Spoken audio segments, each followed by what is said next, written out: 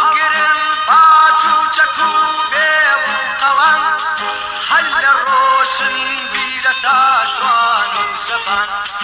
با هەموو جووتیان و ئاڵە و ڕەنجبەران یەکگرن تا دەبنە هێز و پشتیوان با هەموو جووتیان و ئاڵە و ڕەنجبەران یەکگرن تا دەبنە هێز و پشتیوان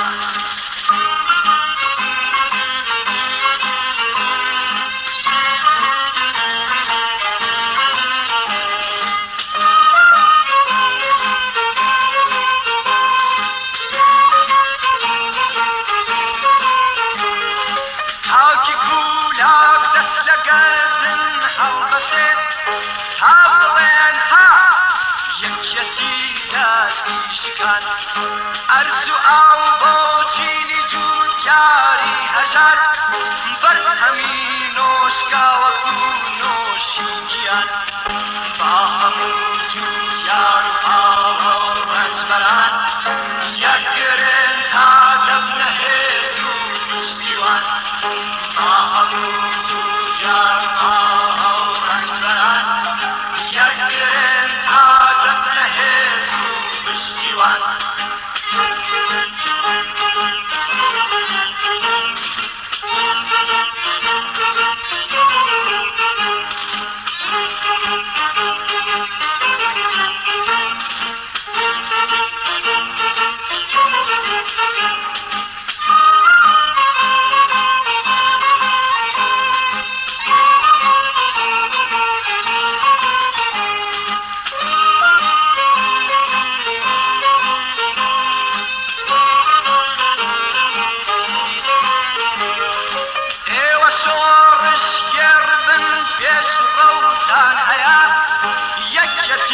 چەند کوشکی شاهانەی ڕمان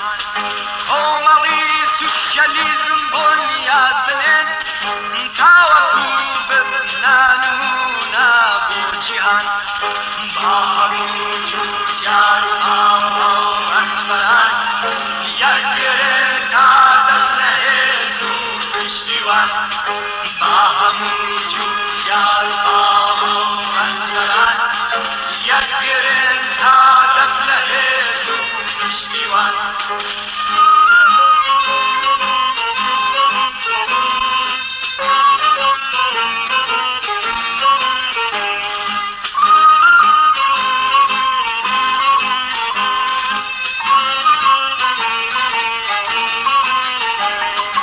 قەد لە بارود و گولە و شەستیر و فێن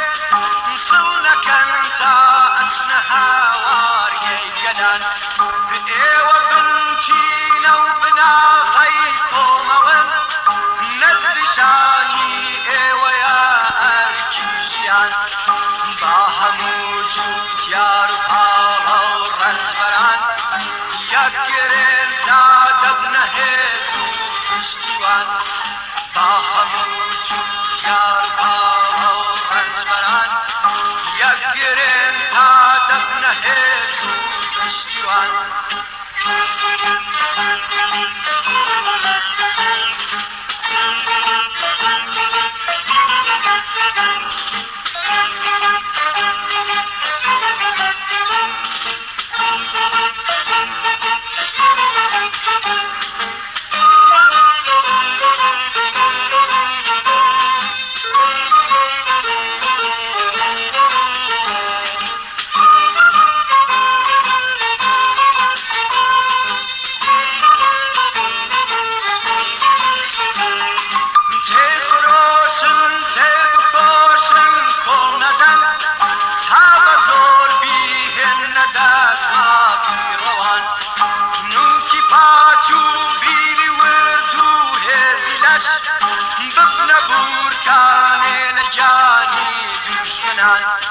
با هەموو جووتیار و ئاڵە و ڕەنجبەران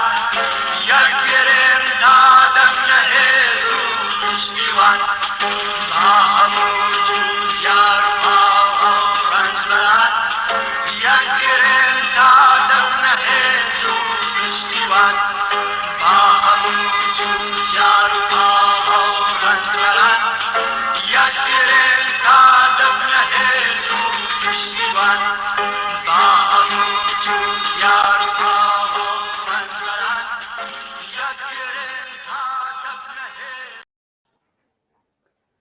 سڵاوتان لێبێ بینەرانی خۆشەویستی تەلەڤیزیۆنی کۆمەڵا، لەگەڵتانین بۆ پێشکەشکردنی بەرنامەیەکی تری ڕاستەوخۆی تەلەڤیزیۆنی کۆمەڵا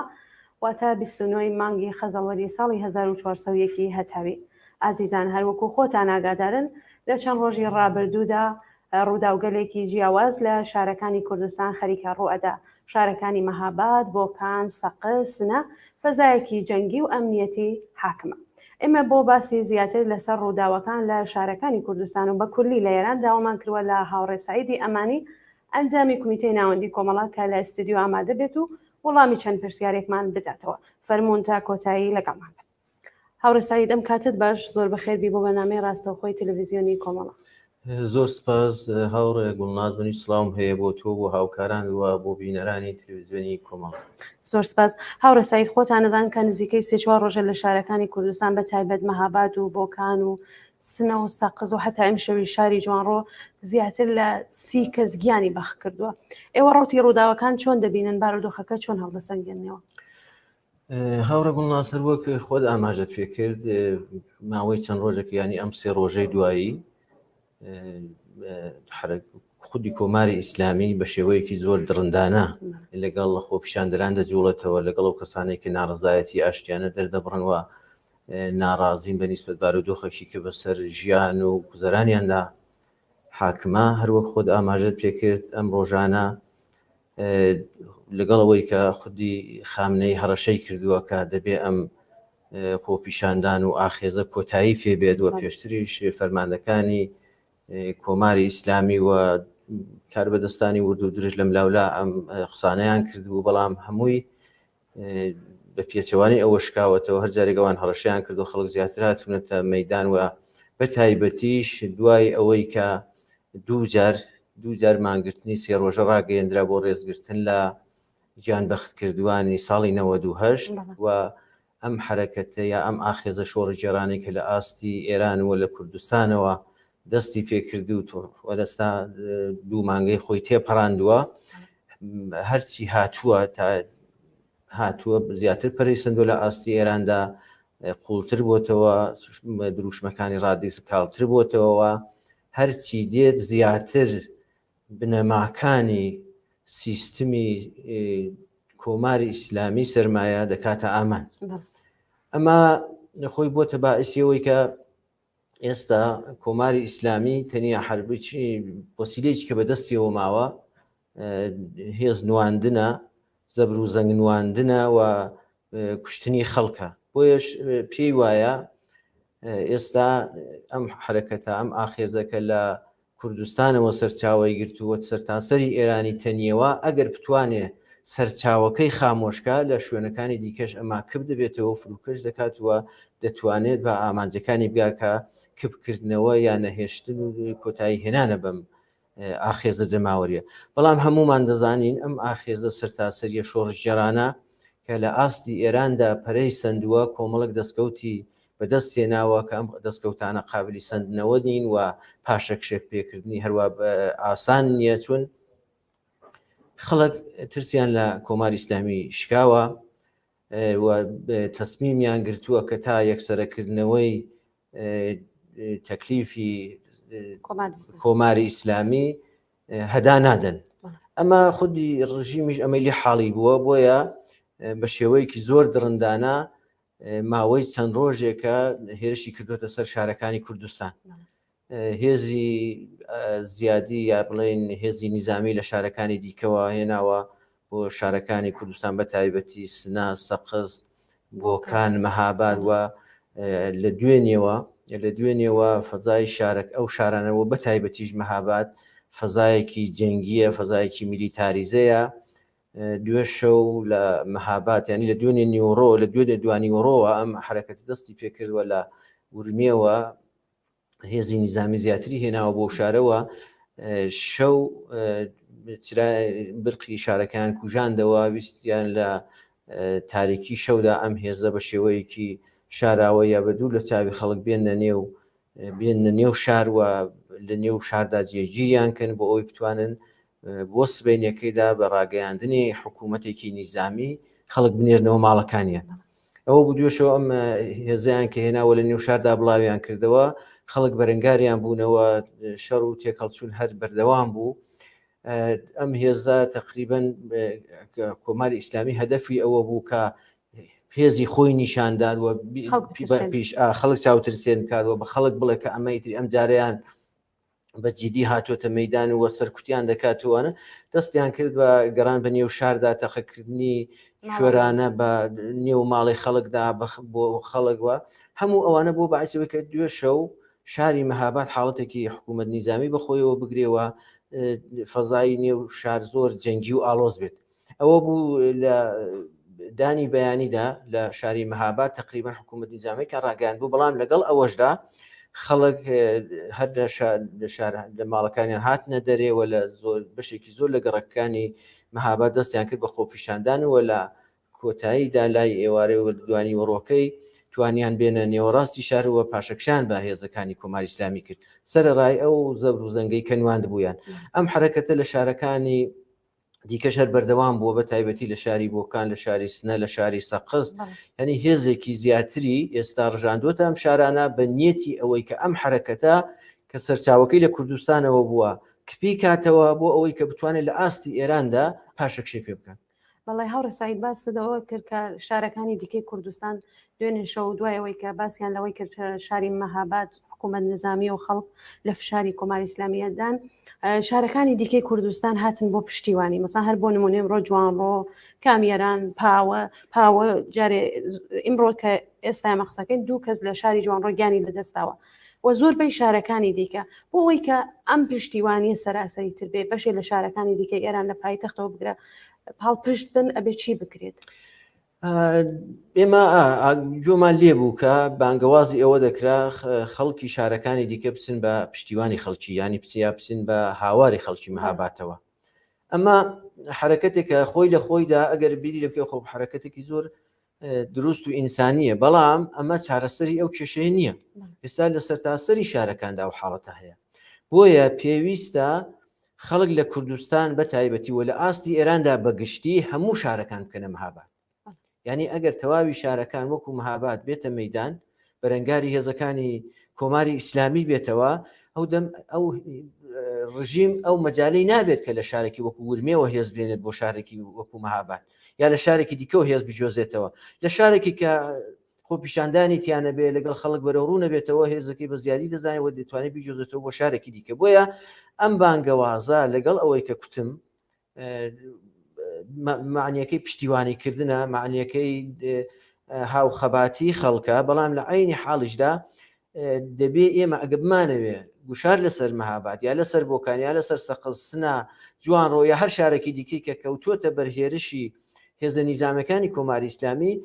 حەقا خودی ئەو شارەش وەک ئەوێ لێ بکەین. ینی خودی شارەکانی دیکە ئێستا دەبوو دەبێ وەکو مەهاباتیان لێبێ خەڵک بێتە دەرێوە بەم شێوەیە پشتیوانی خۆیان بۆ خەڵکی مەهاباد ڕابگەێنن، نەک ئەوەی کە بە شێوەیەک بچن بۆ مەهاباد بە پشتیوانی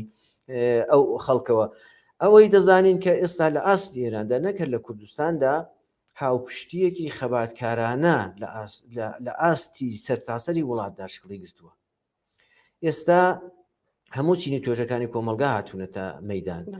ینی بەبێ جیاوازی ئێستا نەتەوە جۆرا و جۆرەکانی ئێران پشتیوانی لە یەک دەکەن و بەشدارن لەم خەباتەدا. هەر لە مەهاباد وەختێک دروشم دەدرێت کورد، بەلوچ، ئازەری، ئازادی و بەرابەری خۆی ئەما گەبیری لێ دەکەیەوە زۆر معنیدارە. یعنی تۆ حیسابی کە شارێک بەم شێوەی کەوتوتە ژێر فشارەوە و خودی ڕژیمیش دەیەوێت بە تەحریکردنی خەڵک بە هەڵخراندن و تووڕەبوونی واداری بکات دەست بۆ چەک بەرێت و تووشی تێکهەڵچوونێکی نیزامی خودی حرەکەتەکە بەلا ڕێدا بەرێت و تووشی شەڕێکی چەکداری نابەوەختی بکات کە خۆی بە ئامانج بگات. یعنی ئێستا ئەگەر لە ئاستی هەر کام لە شارەکاندا و بەتایبەتیش لە مەهاباد خەڵک دەست بدەنە چەک بێن لەگەڵ هێزەکانی ڕژیم ڕوبەڕووبنەوە، ئەوە هەدەفێکە کە خودی ڕژیم ئەلعانەکە لەم سەرودەمەدا هەیەی. مەسەلەن بۆ نمونە ئێستا ئێمە باس چەند ڕۆژێکی باسی ئەوە دەکرێت کە لە ئاستی کوردستاندا یا بەتایبەتیش لە مەهاباد گروپێک پێک هاتووە بە نێوی ئیشتار. لە قسەکانی بەڕێزی شتاوەختی دانیشتبووین باست کرد، ئەوە دیدەم پێم خۆش ئاماژە بۆ بکەم ئەم گروپە چەکداریە کە پێک هاتووە و هیچ کام لە حیزبە ناسرا و سیاسیەکانی چالاک لە کوردستاندا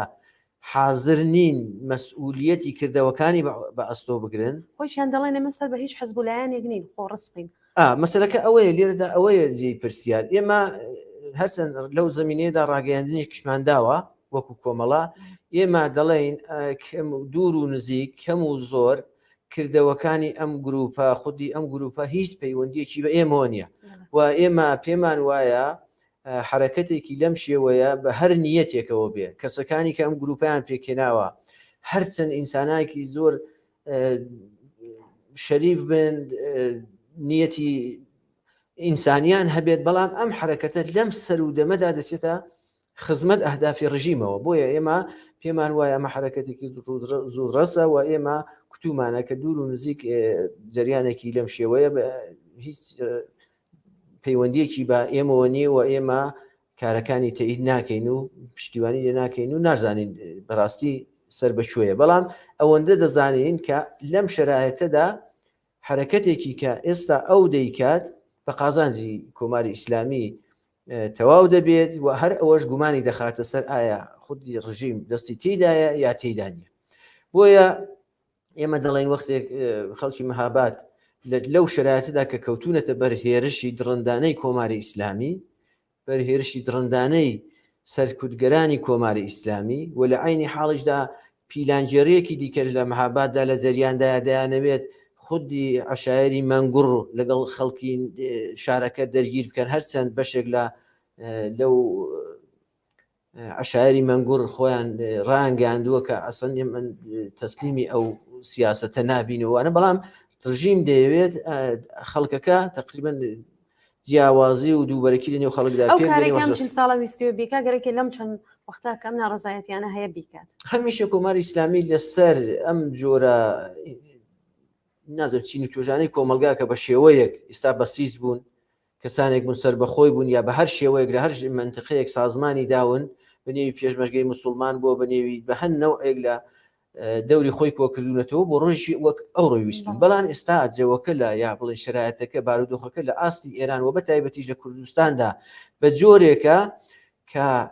ئەمانیش متمانیان بە خودی کۆماری ئیسلامی نەماوە ئەوانیش دەیانەوێت لە نێو خەڵکدا ژیان بکەن ئەوانیش هاوڕێسایی لێرە پرسیارێکم بۆ دروستێ ببوورە مەناو قسەکانتە لە چەند ڕۆژی ڕابردووە کە ئەم وەزعیەتە وای پێهاتووە بەشێک لەو کەسانەی کە شاید بێژین سەر بە کۆماری ئیسلامین بە سیجن مزدوری ناو خەڵکن وە کەس ئەدەن بە گیرە بۆ نمونە لیدرەکان شناساییەکەن و ئەیاندنە تەحویڵی کۆماری ئیسلامی دەیان کوژن ئێستا خۆیان گەڕانوەسەوە بۆ ناو خەڵک بۆ نمونەتێن ڤیددیۆی خۆیان دانن کەمە پەشیمانین ئەوە کارتی بەستیجەکەمە سوزێنم ئەوە من نەخشم نەبووە لە هیچ شتێکە ئەمانە پێتان وایە چۆن نێوە هەڵی دەسەنگێن خۆتان وەکو خۆتان چۆن هەڵی دەسەنگ ئێمە هەر چەند ڕۆژ لەمەوە بە لە وتێ ڕۆژێکمان بوو کە تەشکیلاتی ئێمە بڕیاری ئەوەی باس کرد کە ئەتوانن ئێستاش دێر نەبووە بێنەوە باوشی خەڵکو وەکو خەڵکی عادی زندگی بکەن ئەگەر ئێمە پێمان وابێ ئەو هێزە نیزامیە پانوبەرین و ئەوەی کە خودی ڕژیمی کۆماری ئیسلامی لە ئاستی ئێراندا دروستی کردووە و هەر جارێ نازارێ نمایشیەدا ئەگە پێمان وابێ ئەمە تا ئەبەت و تا هەتایە لە پشت ئەو سیستمان دەیخۆ نابێ بە هیوای ئەوە بین کە شۆڕشێک بکرێ ئینقلابێک بکرێ بەڵام ئێمە پێمان وایە ئەم خەڵکە لە هەر بارودۆخێکدا بن بلاخرە بەشێکن لە کۆمەلگای ئێران ڕەنگە بەشێکی کەمینەیان گوێ لە مەست بن تا ئەو ئاستە خۆیان بە سیستم فرۆشت بێت کە حاضر بنجانیشی بۆ فیداکەن بەڵام بە تایبەتی لە نێو ئەرتەشدا سەربازەکان هەموو کوڕی خەڵکن و ئەو خەڵکەی دیکەش ئێستا تەنەسی لە ڕیزی بەسیزدا لە ڕیزی سپادا تەنانەت لە ڕیزی ئەو کەسانەدا کە بنەی پێشمەرگەی موسڵمانیا فەرزکەین بە کریگیراوانی ڕژیم لە کوردستان ناسراون هەن هەر بەشێکن لەو کۆمەلگایە ئەمانە ئێستا بە هەر دلیلێک بە شرایەتەکە مەساری مادی بووە بە هەر دلیلێک بۆ خوان لە ڕژیم نزیک کردوەوە ئێستا بارودۆخەکە لە ئاستی ئێراندا وەها هاوسەنگیەکە بە قازانجی خەڵک گۆڕاوە کە ئەمانە پیان وایە لە سبەی ڕۆژی ئێراندا ئەگەر چارەنووسی خوان بە چارەنووسی کۆماری ئیسلامیەوە ببەستن هیچ ئاسۆیەکی ڕوونیان نیە بۆ ژیانکردن لە نێو کۆمەلگایەدا بۆیە ئەوانەی کە بڕێک ئەقلیان دەخەنەکار ئەوانەی کە بڕێک مێشکیان دەخەنەکار بیر دەکەنەوە ئەوان دەبێت لە داهاتووشدا لە نێو خەڵکەدا بژین بۆیە ئەمانە بیر دەکەنەوە بە شێوەیەکی ئەلێنی ڕادەگەین و دەگەڕێنەوە نێو خەڵک بۆ پێشمان وایە هەرچی زیاتر بارودۆخەکە بەم شێوەیە بڕاتە پێشێ خودی شۆڕشەکە قوڵتر بێتەوە جەماوەریتر بێتەوە خۆپیشاندانەکان لە ئاستی خیابانەکەندا گەورەتر بێتەوە و ئومیدی ئەوە هەبێ بەم زوانە ڕژیمی کۆماری ئیسلامی تەکلیف یەکسەرە دەبێتەوە ئەم نیروە ڕیزیش دەکە ئەم نیرۆ دێنەوە پاڵ خەڵک بۆیە هیچ سیر نییە ئەگەر لە شوێنێک ئێستا بەتایبەتی لەم یەک دو ڕۆژەی دواییدا لە هەندێک لە شارەکانی خواروی کوردستان و بەتایبەتیش ئەم ڕۆژانە لە خودی مەهاباد ئەخ عەشایری مەنگۆڕ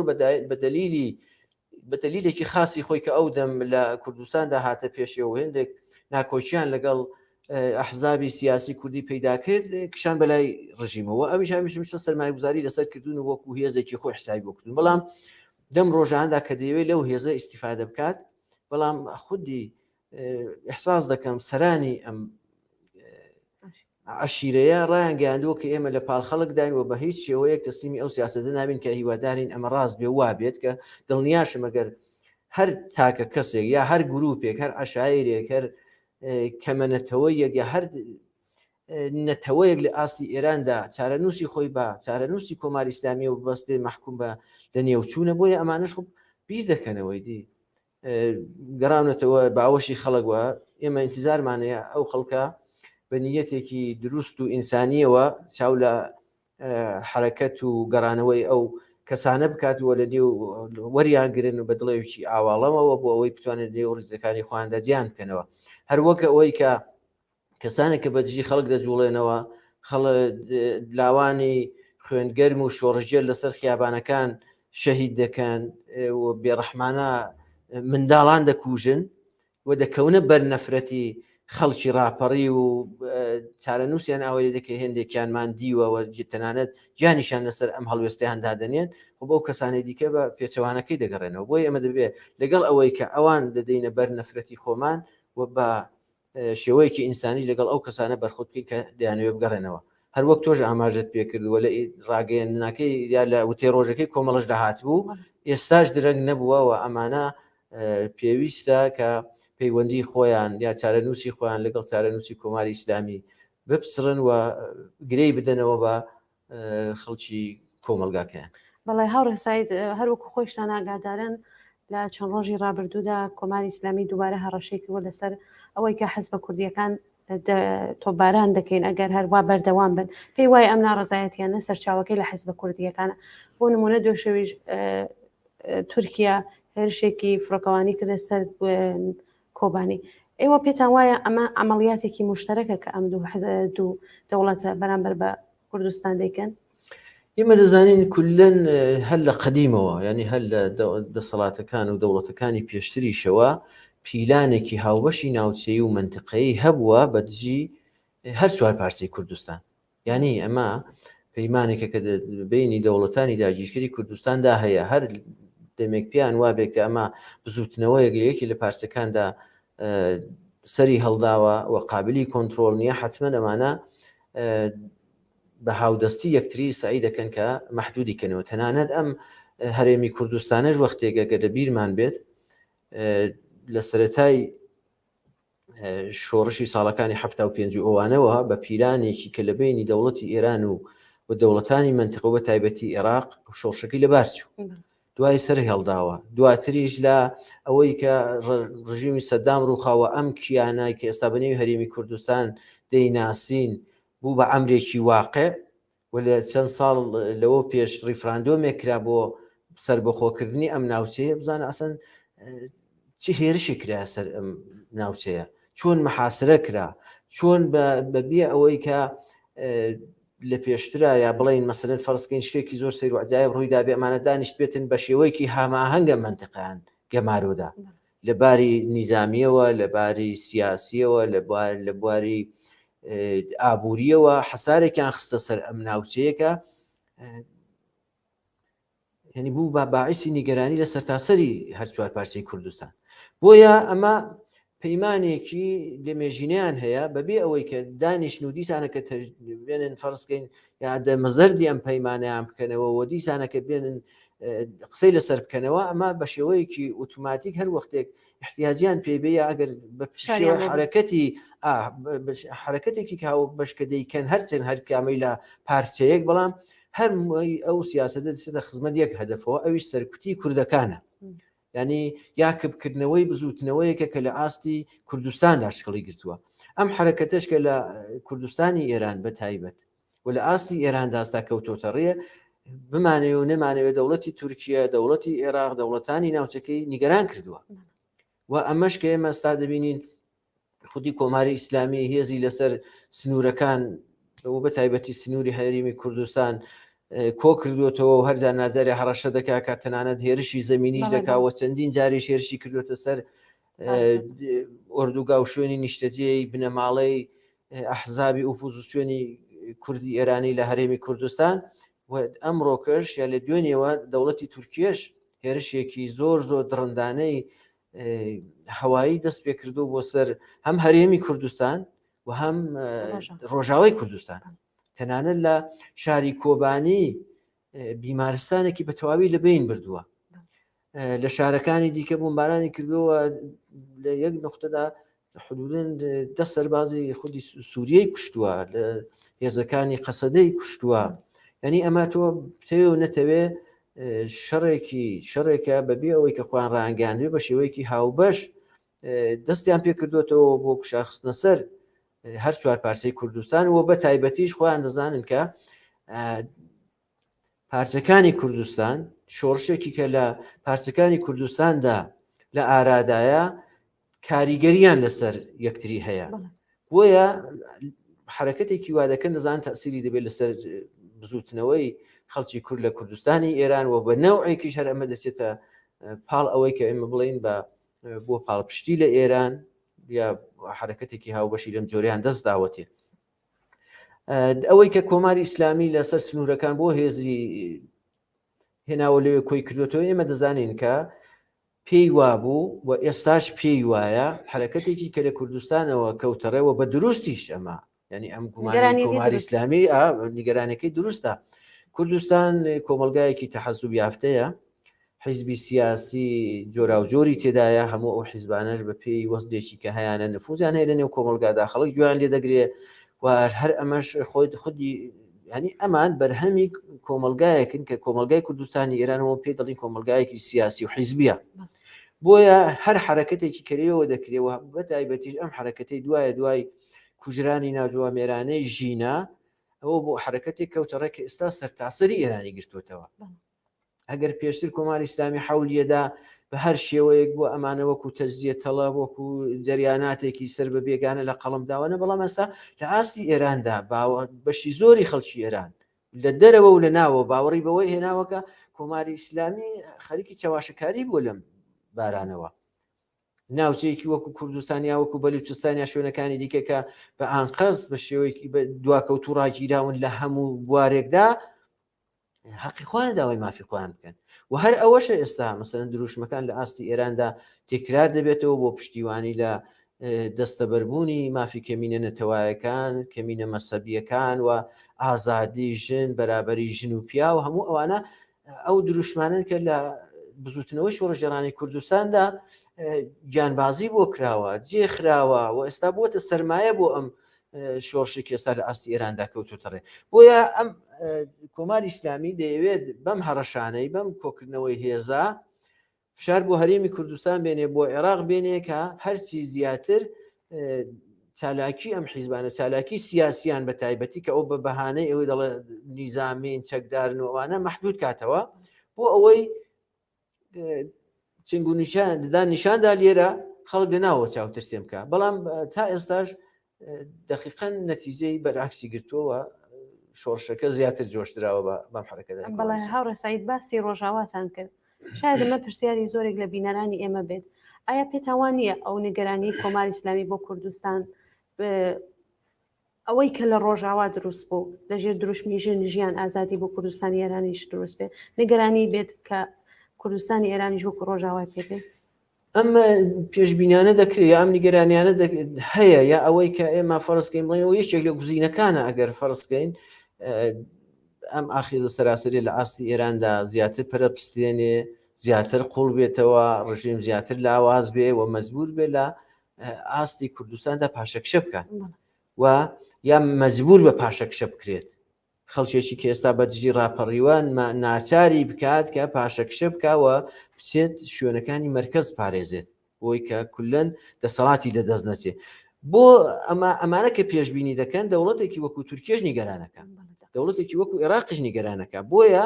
حەول دەدەن هەرچی زیاتر یارمەتی ئێران بدەن بۆ ئەوەی کە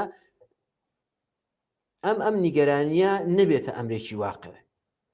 بەڵام ڕەوتی ڕووداوەکان ئەوە ناڵێ، ڕەوتی ڕووداوەکان ئەوە دەڵێ کە هەرچی زیاتر ئەم حرەکەتە دەڕواتە پێشێ، ئەم نیگەرانی زیاتر دەکات کە ڕژیمی ئێران هەرچی زیاتر لاواز بێت و شاید هەندێکی لە ناوچەکانی لەدەست بدات و پاشە کشە بکات بەرەو مەرکەز و لە نهایەتدا بڕوخێ ئاڵوگۆڕ دروست بێ و ئەم ئاڵوگۆڕانە بەم دروشمانەوە کە ئێستا لە ئاستی ئێراندا دەدرێت بە ناوەرۆکێکی کە خودی بزوتنەوەکە هەیەی بزوتنەوەی کە یەکسانی خوازە، داکۆچی لە مافی ئینسانەکان بەگشتی دەکات، داکۆچی لە مافی نەتەوەکان دەکات، داکۆچی لە مافی کەمینە نەتەوەیەکان مەسەبیەکان دەکات، بەرابەری ژن و پیاوی دەوێت و یەکگرتوویەکی یەکدەست لە ئاستی ئێراندا داوا دەکات. ئەمانە هەموو دەوڵەتی تورکێش نیگەران دەکات کە خۆی ئێستا بەشێکی گەورەی کوردستان لەژێر چنگی تورکیەدایە و ساڵانێکی دوور و درێژە چەندین دەیەکە بزوتنەوەیەکی مافخوازانەی ڕەوا لە ئاستی کوردستانی تورکێشدا لە ئارادایە چ لە بەشی سیاسیەکەی وە چ لە بەشی نیزامیەکەیدا و ئەمە ئەگەر ئەمرێکی دیکەی واقعی فەرزکەین کیانێکی دیکەی وەکو هەرێمی کوردستان لە ئێرانیش دروست بێت، ئەمە نیگەرانیەکی جیدیە بۆ دەوڵەتی تورکیە. بۆیە بەم شێوەیە ئەلەم ڕۆژانەدا دێنە پیلانجێڕی دەکەن، مەسەن ڕۆژێک ژنێک دەڵەوە لە ئەفرینەوە نردویانە هێزەکانی سووریای دیموکرات فەرزکەینەوە سازماندەیەک لەو نردویانە مەسەن خۆی تەقاندۆتەوە یا تەقینەوەیەکی دیکەی لە ئێستانبول سازمانداوە چەندین ماشێنی تەقاندۆتەوە. ئەمانە هەموو دێنێ نیسبەتیانەدا بە و هێزانەی کەستا لە سوور هەروەکەوەی کە جمهوری ئیسلامی لە شاهچراخی شیرازا کردی وتی تقریبا شەبیه ئەم سناریوانەیە، بەڵام ئەمە دەستیان ڕوو بووی دی خەڵک ئەم شتانە بە جدی ناگرێت، خەڵک دایان ناسەیدی. بۆیە ئەمیش ئەم حرەکەتانەی کرد هەر عینی ئەو شانۆگەریە یا ئەو حرەکەتی کە ئێران لە شاخچراغی شیراز کردی ئەویش لە ئیستانبول و لە یەکێک لە شارەکانی دیکەی تورکیەدا کردی و هێزەکانی سووریای دیموکراتی پێ تاوانبار کردو و ئەمڕۆ کردوێتە پاساوێک بۆ هێرشێکی دڕندانەی لەم شێوەیە کە تەنانەت ڕەحم بە ژن و منداڵ و بیمارستانەکانیش ناکات، بۆمبارانی دەکات بە شێوەیەکی چۆرانە. بەڵام ئەمە تقریبان بە شێوەیەکی زنجیرەیی ئەمانە دەتوانین پێکیانەوە بەسین و پێمان وا بێت کەمانە ارتباتیان پێکەوە هەیە، چون هەدەفی نهایی هەردووکیان زەعیفکردنی بزوتنەوەیەکە کە لە ئاستی ناوچەکەدا کەوتۆتە ڕێوە هەمووشی بوونەتە تەقویەتی ڕۆحیە بۆ یا بەرزکردنەوەی ورەی ئەو بزوتنەوانەکە لە ناوچەکەدا بەرخوردا ئێستا لە ئارادا حرەکەتێکی لە ئێران کەوتۆتە ڕێ بێگومان خەڵک لە کوردستانی سووریا لە ڕۆژاوای کوردستان دڵخۆش دەکات و حزبوونی ئەوان بە شێوەیەکی بەهێزتر خەڵک لە ئاستی ئێران و کوردستاندا دڵخۆش و بەهێز دەکات کە پشتیوانەکان هەیە. بۆیە ئەمانە تقریبا دەتوانین پێکەوە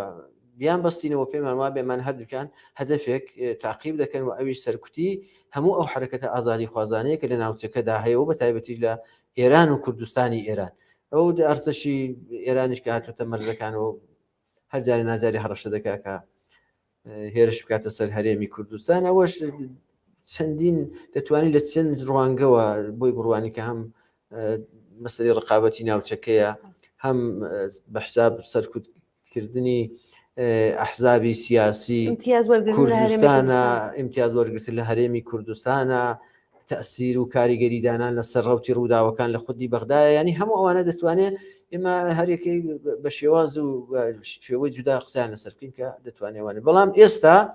بەهانەکەی ئەوەیە کە ئەحزابی کوردی کاریگەریان لەسەر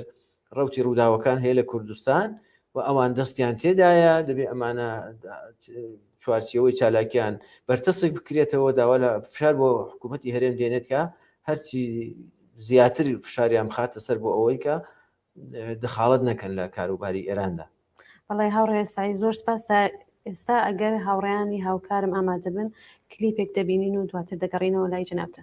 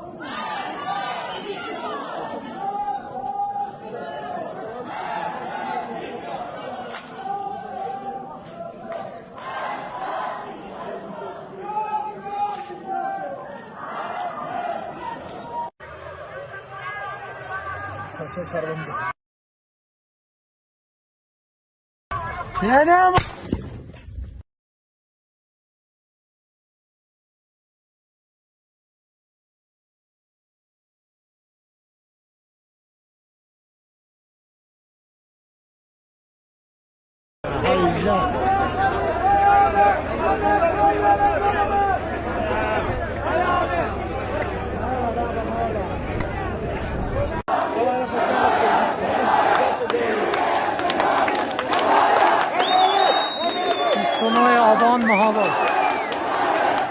معاصر کامل کلانتری.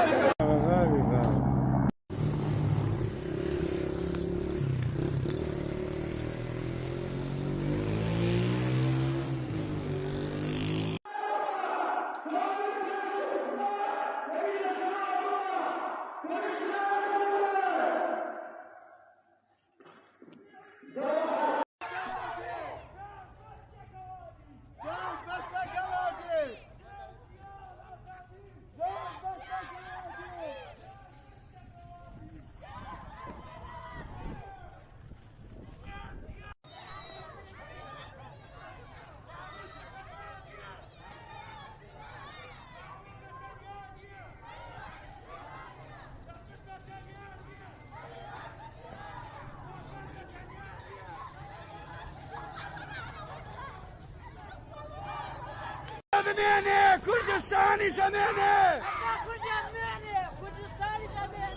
أتا كردستاني كردستاني شميني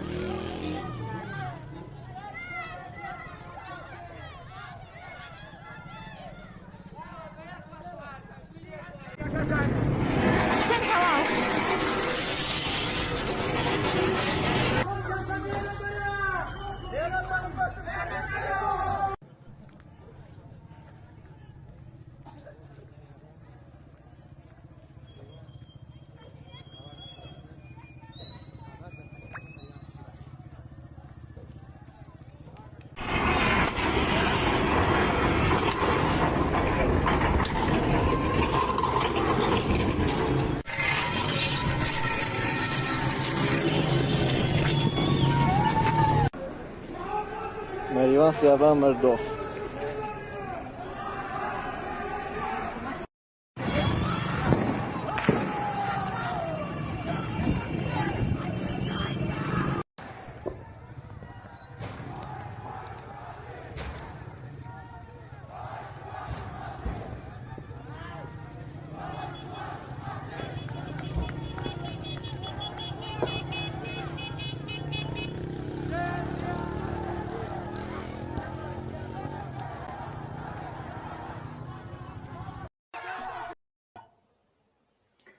بەڵێ هاوڕێ سعید پێشەوەی کە بچمە سەر پرسیارەکان بینەرێک پەیامی داوە بۆمان لە شاری کامیێرانەوە ماندوونەبوونی کرد و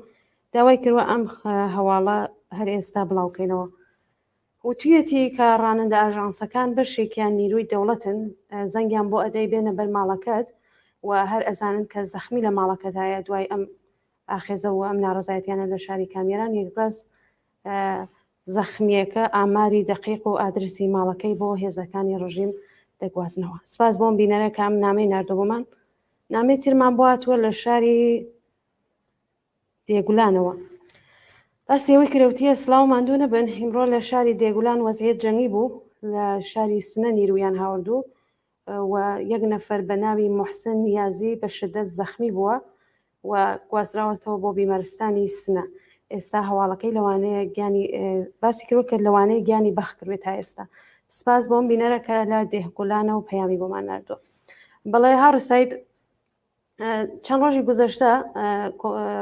خامنەی لە سخۆنڕانێکا بۆ خەڵکی شاری سفەهانی کردوە باسی لەوە کردووە کەمە غەرب پێی خۆش نییە ئەمە پێشڕەفتکەین ئەمە بۆی ئەم ناڕەزایەتیانە لە ئێرانە سەری هەڵداوە. ئێوە ڕاتان لەسەر و قسانە چیە پێتان وایە خۆیان فریوە دەنیام پیشرەفتیان چی بووە؟ بەهەرحاڵ ئێوە پێشتریش باسمان کردووە کە بەڕاستی سەرانی کۆماری ئیسلامی بە شێوەیەک لە بەرامبەر ئەم ئاخێزە جەماوەریەدا داماون کە کەوتونەتە ڕێنەکردن یعنی ئەنواع و ئەقسام لایەن و کەسایەتی و دەوڵەتانی ناوچەکە و ئەحزابی سیاسی ئەمانە خەتابارەکەن ینی پیان وایە ئەمە دەستێوانی تێدای ئەم حرەکەتە ئەم ئاخێزەی کە کەوتۆتە ڕێ کەسانێکن کە سەر بە دەوڵەتانی دەرەوەن کەسانێکن کە بەکرێگیراوەی دەوڵەتانی یا مەسەنەن ڕێکخراوە سیخوڕیەکانی وڵاتانی نەیاری کۆماری ئیسلامی ئەمە هەمومان دەزانین کە ئەگەر هەر وڵاتێک لە ئاستی ئێراندا تا ئەو ئەندازەیە نفوزی هەبێت کۆماری ئیسلامی دەسەڵاتێکی نیەخۆ لە ناوخۆدا ئەمانە هەمومان دەزانین کە واقعی نین بەڵکو فقط هێندێک بڕێنێ و فریودانی کەسانێکی دەوروبەری خۆیەتی. خودی حرەکەتەکە ئێستا لە ئاستی ئێراندا بە شێوەیەک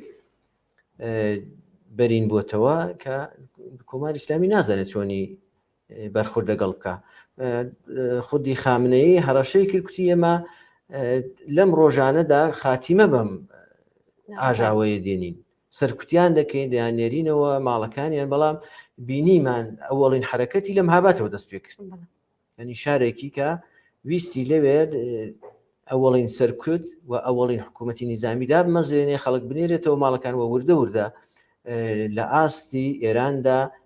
حرەکەتەکەی بەرێتە پێشی کە دەزانین بەم شێوەیە نیە ئەگە خەڵک لە مەهابات وەختێک هێزێکی نیزامی گەورە لە شارێکی دیکەەوە هات و ڕژانی و شاری مەهابات و حکوومەتی نیزامی ڕاگەیاندووە لە هەموو کوچە و کۆڵانەکاندا نمایشیاندا و هێزیان نواند و تەقەیان لە دەرگا و پەنجێرە و ماشێن و خەڵک کرد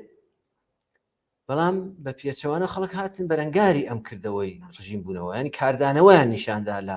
ئاست ئەم حرەکەتە دڕندانەی کۆماری ئیسلامی بە بێترس و توانیشان پاشەکشیان پێ بکەن بەڵام لە شارەکانی دیکە ئێستا وای لاتوە خەڵک هەر ئەوە نییە بڵین واکوونژ نیشانەدا کاردانەوەی هەیە لە بەرامبەر حرەکەتێکی کۆماری ئیسلامیدا بەڵکە خۆی حرەکەت دەکا خۆی ینی خۆی کردەوە نیشانەدا فەرزکەین لە شارەکانی دیکە بەو شێوەی مەهابات حرەکەتێکی نیزامی نەکردووە حکوومەت نیزامی ڕانەگەیاندووە بەڵام هەموو شارەکانی کوردستان ئەمڕۆ ئاخێزی تێدا بوو خەڵک هاتبوونە خیابان و بەم شێوەیە کە کوتمان هەرچەند کوتیان داوا کرابوو کە بچن بە هاواری خەڵکی مەهاباتەوە بە شێوەیەکی حزوری بچین بۆ مەهابات بەڵام هەر ئەوەی کە ئێمە داوا دەکەین دەبێت هەموو شارەکان ببێت بە مەهابات لە بەرامبەر خودی کۆماری ئیسلامیدا بە واقعی وای هاتووە ینی مهم ئەوەیە کە ئاستا لە کوردستان هیچ لە ئاستی ئێرانیشدا خەڵک خۆی کونژ نیشانەدا خۆی حرەکەت دەکا خۆی کار دەکات نەک ئەوەی بڵین لە بەرابەر حرەکەتێکی کۆماری ئیسلامیدا فقط کاردانەوە نیشانەدا و بەرەنگاری دەبێتەوە دێتە خیابان ئەگە لێی گەڕێ بە شێوەیەکی مەدەنیانە حرەکەتێکی جەماوەری ڕێپێوانێکی مەدەنیانە و بە داخوازی مشەخەسەوە کە هەموو دروشمەکانمان بیستوێتی ژن ژیان ئازادی بەرگ بەر دیکتاتۆر حکوومەتی ئیسلامیمان ناوێ ئازادی و یەکسانی بۆ هەموو چین و توێژەکانی کۆمەلگا داوای کار دەکەن داوای ژیانێکی پڕ لە ڕیفاه و خۆش دەکەن کە ئەمانە هەموو داخوازی هایەکی ئینسانی و مدرن و ئەمڕۆین بەڵام وەختێک ڕژیم بە شێوەیەکی توندوتیش بەرەنگاری ئەم حرەکەتە مەدەنیە دەبێتەوە و خەڵکیش واکوونش نیشان دەدەن لە بەرابەریدا و بەرەنگاری دەبنەوە هەرچەند ئەو بە گولە و چەکی گەرم لیانەدا بەڵام ئەوانش تەنیا شتێکی کە بەدەستیانەوەی بەردا تا ئێستاش کە هەرچەند چیمان لە پێشتردا کۆماری ئیسلامی هەوڵی داوەکە خەڵک تحریک بکات و هانیان بدا دەست بۆ چەکبەرن بەڵام خەڵک زۆر ژیرانە ئەم پیلانەی ڕژیمیان لە چاڵ ناوەوە درێژیان بە حرەکەتە مەدەنیەکانیان داوە لە عینی حاڵیشدا پاشەکشیان بە خودی ڕژیم کردووە ینی هەر ئەم ئەم ینی تونکردنەوەی ئەم سەرکوتەی لەم چەند ڕۆژەدا خۆی لە زەعفی کۆماری ئیسلامیەوە دێ، لە زەعفی دەسەڵاتەوە دێ، ینی هیچ بەرنامەیەک هیچ جوابێکی نییە بیداتەوە بۆ خەڵکە. وەختێک بە من بەزگەیشتووە تەنیا وەسیلەیەکی کە بەدەستیەوە ماوە مەسەلەی ئەم سەرکوت و چنگوریدانی خوێناوی نیشاندانەیەتی کە بە دڵنیاییشەوە ئەمە شار لە بەرابەر هێزی یەکگرتووی خەڵکدا بە چۆکدا دێوە تووشی شکست دەبێت. بەڵای هەڕە سعید وەکو خۆشتان باستانکرد زۆربەی شارەکان پەیوەست بەم مانگرس نەبوون، ئێستا حتا دێهاتەکانیش پەیوەستیە مانگرس نەبوون. ئەمە کوتمان حرەکەتێکی زۆر جەماوەریە، هەتا هاتووە بەرینتر بووتەوە و ئێمە لە ئەوەڵیشەوە داوامان کرد کە کارێک بکەین کە زەمانەتی درێژە کێشانی ئەم حرەکەتە بکەین، کارێک بکەین کە بەردەوام بێت، کارێک بکەین ڕەمزی بەردەوامبوونی هەرم پەیوەست بوونەسە ڕەمزی بەردەوامبوون نا ڕەمزی ئەم یەکگرتوویە بەردەوامبوونیەتی، بەردەوامبوونی ئەم حرەکەتە دەبێتە باعیسی ئەوەی کە خەڵکی زیاتری پێوە پەیوەست بێت. ئەگەر پێشتر لە خود لە نێوەڕاستی شارەکان بوو، ئێستا دێهاتەکانیشی پێوە پەیوەست بووە، لە زۆربەی دێهاتەکانەوە خەڵک دێن بۆ شارەکان بۆ تەزاورات و خۆپیشاندان، یا ئەگەر ڕووداوێک ڕوەدا لە خودیش ئاوایەکاندا ئەوێ هەنگمان بوو نەناڵەمان بوو کۆڵەستارەمان بوو بەشێ لە شارەکان شار بوو شاید من خۆم وەکو خۆم ناوی نەبیست و مەسەم مۆرمۆری ئورومیە بوو خۆی بوو نازانم کوێ بوو ئەوانە پەیوەست بەم مانگرتن نەبوون. هەموو تۆ حسابیکە فەرسەنیمە دەڵێن ئێستا لە شارەوە هیچ بۆ شارۆچکەکان بەڵکە گۆزراوەتەوە ینی گواستراوەتەوە بۆ خودی دێهاتەکانیش. ئێستا تۆگە لە هەواڵەکانی ئەم ڕۆژانی ڕابردوودا چاو لێ بکەی بەشێکی بەرچاو لە حرەکەتەکان لە دێهاتەکان بوو. ئێستا مەسلەی چلە بووە، بەڕێوەبردننی چلە بووە، بەڕێوەبردننی ناشتنی گیانبەختکردوویەک بووە، کۆبوونەوەی خەڵک بووە بە دەربڕینی ناڕزایەتی بەرامبەر بە خودی کۆماری ئیسلامی، بەڵام بەشێکی بەرچاو لە حرەکەتەکان لە دێهاتەکانەوە بوون. ئێمە کوتمان ئەم حرەکەتە لە درێژەی خۆیدا یەکێک لە دڵخۆشیەکانی ئێمەوە، یەکێک لە ئەو ئیمتیازانی یا بڵین ئەو خاڵە باشانەی کە هەیەی بەردەوامبوونی ئەم حرەکەتە ئەوەیە لە داهاتوودا جەماوەریتر دەبێتە باعثیەوەی کە فرسەت هەبێ دێهاتەکان بەشە جۆرا و جۆرەکانی ئێستا مەسەن بەشی کرێکاریە، بەشی خوێندکاریە، بەشی گەنجان و لاوانی زیاترە یا فەرزکەین. ئێستا هەرم ڕۆژانە مەسەن چاو لێ بکەین لەم هەفتەی ئەم ئاخریەدا بەشی بازار لە شارە گەورەکانی ئێران و لە کوردستانیش ئەخە بەشێکی محافزەکار و معمولێن ئەمە هەمیشە پێمان وا بوو ئەمە توێژێکی مامناوەندە کە تا ئێستاش بەینابینیە یا خودی ڕژیم پشتی بەوانە بەستووە. وەختێک بازار هاتە مەیدان، وەختێک بازار قەتعی ئومیدی کرد لە دەسەڵات، ئەوە خۆی ئیمتیازێکی گەورە بوو پەیوەستبوونی بازار بە ئەم حرەکەتە شۆڕژگەڕانەوە بەڕاستی خودی حرەکەتەکەی بەهێز کرد، یا مەسەن پەیوەستبوونی بەشێکی زۆر لە کرێکاران و دانیشگاکانیش هەر لە سەرتاوە حزوریان بۆ ڕۆژانە ئێمە شاهێدی مانگرتن و تەحەسن و خۆپیشاندان لە ئاستی دەیان و تەنانەت سەدان دانیشگا لە ئاستی ئێرانداین. ئەمانە هەموو لە درێژەی ئەم حرەکەتەدا پێوەی پەیوەست بوو. بەشێ لە مامۆستایانی ئایانیش مەسەڵ ڕاگەیاندنیاندا خۆیان وەکو کەسی پاڵ خەڵکی ئێستای سەر شەقامەکان باس کردووە. لە تایبەتمەندیەکانی ئەم حرەکەتی ئەم جارە ئەوەیەکە ئێمە دەڵێن کولی چین و توێژەکان خۆی تێدا دەبینەوە، فقط سینفێکی تایبەت نییە، فەرزکەی من حرەکەتێکی معلیمان نییە، حرەکەتێکی دانیشتجووی نییە، حرەکەتێکی سرفەن کرێکاری نییە، یا فەرزکەینەوە فقط بزوتنەوەی ژنان نییە کە حزوری هەیە. ئەمە بزوتنەوەیەکی جەماوەریە کە هەموو چین و توێژەکان خۆیان تێدا دەبینەوە. بە تایبەتیژە من کوتم کەسانە چینی محافزەکاریە تەنانەت ئەم توێژە مەسهەبی وەکو مەلاکان کە دێنن مەسەن بە شێوەی بە کۆمەڵ هەڵوێز دەردەبڕن، ئەمانە گرینگە، ئەمە ڕۆحیە دەدا بەو بزوتنەوەی. ئەمە دەری دەخات کە ئەم بزوتنەوەی چەندە کۆمەڵایەتی بۆتەوە و چەندە جێگای هومێدە. بۆیە ئێمە دەبێ ئەوەندێکی بۆمان دەکرێت ئیدامە بەردەوامبوونەکەی پارێزین، هەوڵ بین هەرچی زیاتر جەماوەری بێتەوە، هەرچی زیاتر خەڵکی پێوە پەیوەست بێت، هەرچی زیاتر بەرەو ڕێکخراوبوون بڕوات بۆ ئەوەی بتوانێت زەربەی نهایی خۆی کە ڕوخاندنی کۆماری ئیسلامیە بیوەشێنن. باشە هاوڕێسایی من لێرە پرسیارێک لەوانەیە کاتی بەرنامەکەشمان بەرەو کۆتایی بڕێ حیزبەکان چه دەور و نەخشێکیان ئەبێ بێت لەم ئاخێزە ئایا خەڵک هان بن بۆەوەی کە بەرەو پێشن یان ئەوەی کە ئەتوانن هاندەری باش بن ئەتوانە هاندەری خراپ بن زانی مەسەلەکە خۆ حیزبەکانیش لە خەڵکە جیانین ئێستا مەسەڵەن من دەڵێن فلسطین کوردستان خۆ لەژێر تەئسیری حیزبەکاندا بۆت کۆمەلگایەکی تەحەزوب یافتە و سیاسی و ئەو حیزبانە ما ئەو تقریباً 4 دەیە لەو کۆمەلگایدا کار دەکەن کاریگەری و تەئسیری خۆیان بووە خەڵک گوێ لە حیزبەکان دەگرێت خەڵک سیاسی بووتەوە خەڵک بەرچاوی ڕوونە دەزانێت چی دەوێت و ئەمە ئەگەر لە ئاستی ئێراندا بەم شێوەیە حرەکەتەکە وەکو کوردستانی لێبێ دەبێت پشتی لێ بکەینەوە بۆیە بەڕاستی حیزبەکان هەر ئەوان دەوێت کە ئەم حرەکەتە دەبێت حرەکەتێکی منسەجم بێ ئەهدافی مشەخەص بێ ڕێبەری مشەخەص بێت و بە شێوەیەکی زۆر ڕێکخرا و سازماندەهی بەرەو پێش بچێت نەک بە شێوەیەکی هەڕەمەکی و هەر تەیف و هەر باڵێکی بەرەولایەک بڕوات بۆیە هەرچی زیاتر من تا ئەو جێگایی کە تەعقیبم کردووە حیزبەکان ئەحزابی جۆرا و جۆر هەوڵ دەدەن کە ئەم ئینسیجام و یەکگرتوویە بەسەر خودی حرەکەتەکەدا زاڵ بێت تەفرەقەی تێنەکەوێت شعاری حیزبێکی تایبەت جریانێک ڕوتێکی تایبەت بەسەریدا زاڵ نەبێت و ئەوەی تووشی تەفرەقە نەبێت وی لە عینی حاڵیشدا حەول بدرێت شعارەکانی ڕادیکاڵ بێتەوە ئەهدافەکانی مشەخەص بێتەوە تەنانەت لە فکری بەدیرسازیدا بێ بۆ دوای ڕوخانی کۆماری ئیسلامی ئەمانە هەموو شتایەکن کە ئەحزاب دەتوانن دەور و تەئسیریان بێ لەسەر ئەم بزوتنەوەی لەدا ئەم بزوتنەوەی ئێمە فقط بۆ ڕوخان نییە بۆ بنیاد وانە منزورتانەوەیە زانی مەسەلە کەسیە مەسەلە ئەو زۆر کوتراولانی کەم لە ڕاگەیەنەکانی کۆمەڵەوە کوتراوە ئێمە دەبێت کارێک بکەین وەکو ساڵی 57 هەزینەی خودی ڕاپەڕینەکە شۆڕشەکە خەڵک دای و بە تایبەتیش خەڵکی کرێکار و زەحمەتکێش و گرایشی چەپدای زیندانەکەی تەحمل کرد ئەعدامەکان لەوان کرا سەرکوتەکە بۆ ئەوان بوو بەڵام دەستکەوتەکەی خەڵکی دیکە چنیەوە بۆیە ئەمە نێویان نا